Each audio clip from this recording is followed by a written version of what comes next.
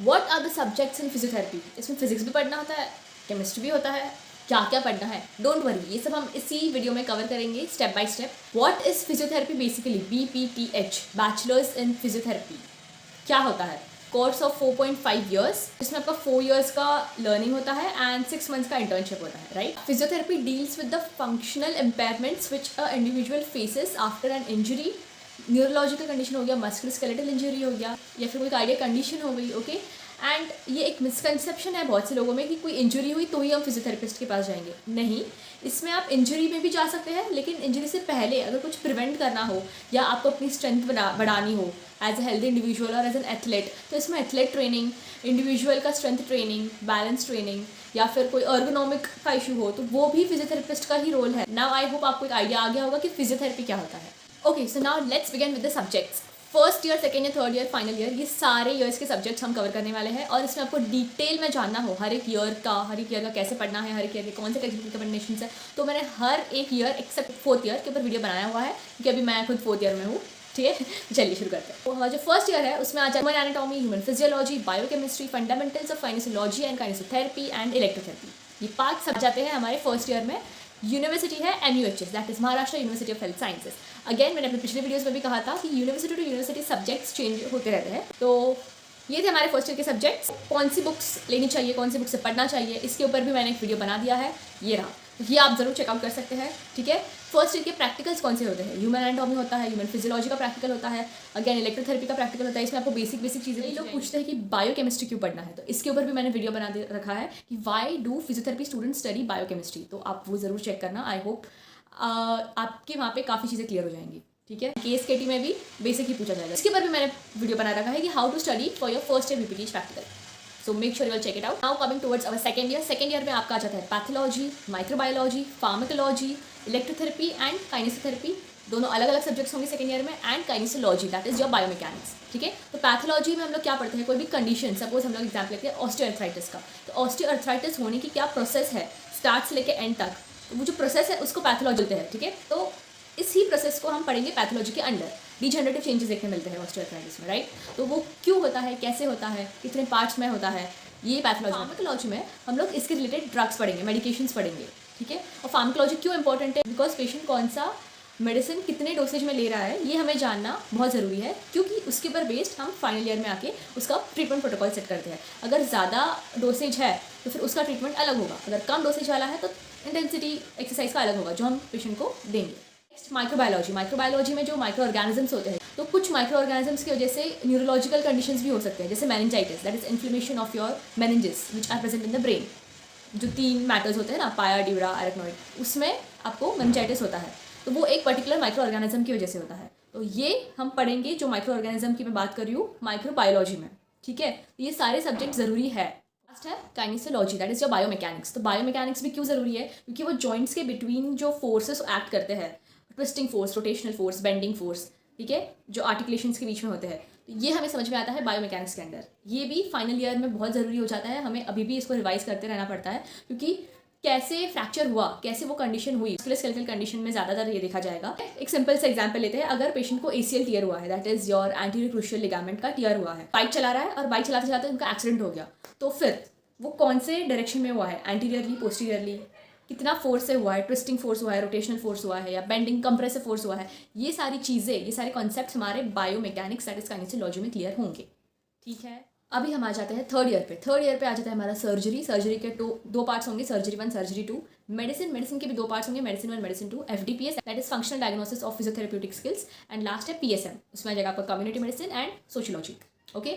तो starting with the surgery. Surgery क्यों ज़रूरी है, क्योंकि कौन से टाइप की सर्जरी आपके बोन में हुई है, सपोज प्लेटिंग हुआ है, या फिर नेलिंग हुआ है, इंट्रामेडुलरी नेलिंग, या के वायरिंग हुआ है, कौन से बोन में, कितने टाइम पहले, उनका स्टेजेस ऑफ हीलिंग क्या है फ्रैक्चर के, ये सब कुछ हमारे सर्जरी के अंडर कवर होगा। और ये सब कुछ हमें फाइनल ईयर में याद रखना है, रिवाइज करना है, क्योंकि इसके ऊपर बेस्ड अभी सपोज के वायरिंग हुआ है पेशेंट का, उसका ट्रीटमेंट कुछ अलग होगा, या सिर्फ कंजर्वेटिव मैनेजमेंट चालू है, यानी कि सिर्फ मेडिकेशंस पे है, तो उसका हम लोग ट्रीटमेंट थोड़ा अलग सेट करेंगे, ठीक है। ये सब के लिए ज़रूरी होता है आपका सर्जरी स्ट्रॉन्ग होना।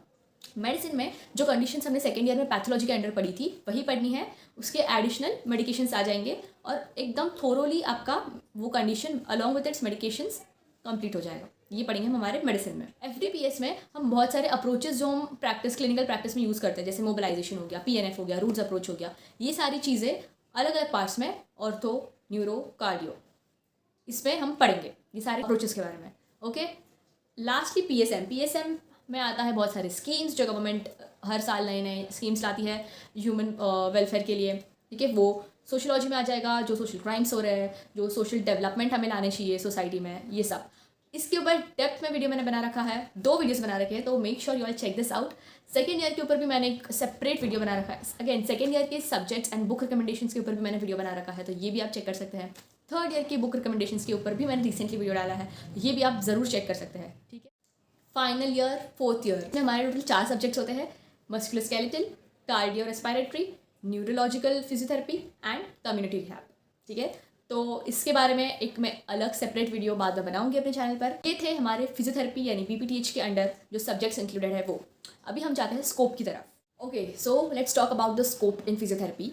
फिजियोथेरेपी का जो स्कोप है वो हर एक एज ग्रुप में आएगा। पहली बात तो पीडियाट्रिक्स से लेके अडल्ट ओल्ड एज तक। ठीक है, तो हम इसको पॉइंट में समझेंगे। सबसे पहले हम जाते हैं MS के ऑर्थो की तरफ। तो ऑर्थो में जब आपको कोई बैक पेन होता है, नेक पेन होता है, ठीक है, कोई मैकेनिकल पेन होता है या कोई मस्कुलोस्केलेटल पेन होता है, तो वो आपका MS के यानी ऑर्थो के अंडर आ जाएगा। तो जो एक ऑर्थोपेडिक फिजियोथेरेपिस्ट होते हैं वो मेक श्योर करते हैं कि पेशेंट का जो पेन है वो कम हो by giving some approaches like mobilisation.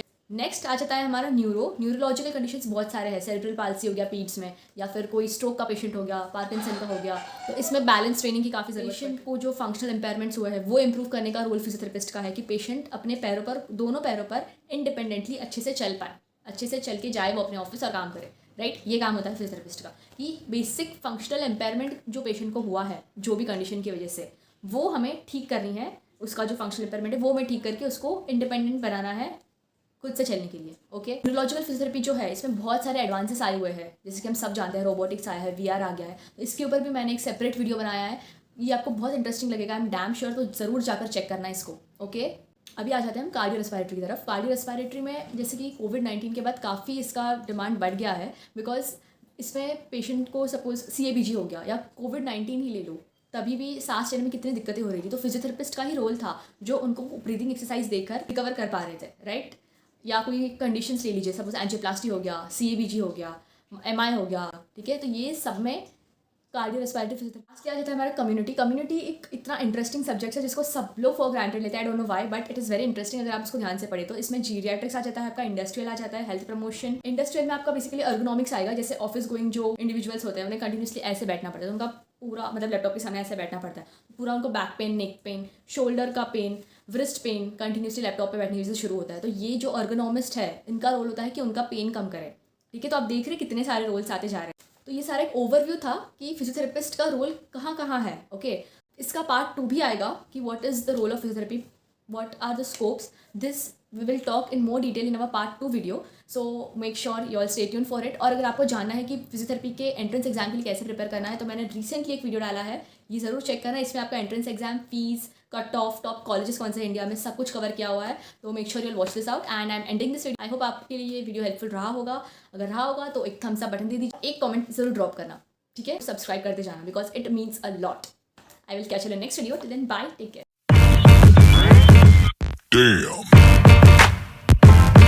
Damn.